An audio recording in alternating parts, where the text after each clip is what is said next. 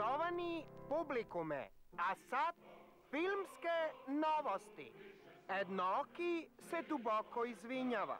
U prošla emisija došlo je do zamjena na identitet na Tatkovci od naši pevači. Tatko na naš eksperimentalni hrčak proglasili smo ga za Titovist. To je u stvari drug tatko na drug pevač i on se penjavi za Tito. Mi se izvinjavamo, ali i dalje smatramo da je hrčak više pevač na hopcu negoli na hip-hop. Posle narodni miting za nepromenena ime, grupa mladi od maška populacija so očigledno mali dimenziji na polovi organ trgnala je da krši i pali niz grad.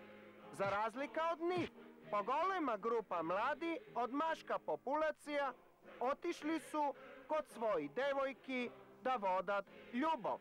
Od svojih tajni i sigurni izvori Ednoki doznava da su naš Nemilijan i onaj dosadni Karačakanov imali tajni noćni susret u nepoznati hotel usred nepoznati grad i u taj susret oni su isprobavali za nas nepoznati poziv. I za kraj, čak i u Makedonija da sleta NLO, naši dve partiji će napravat se da svrtat pažnja na sebe.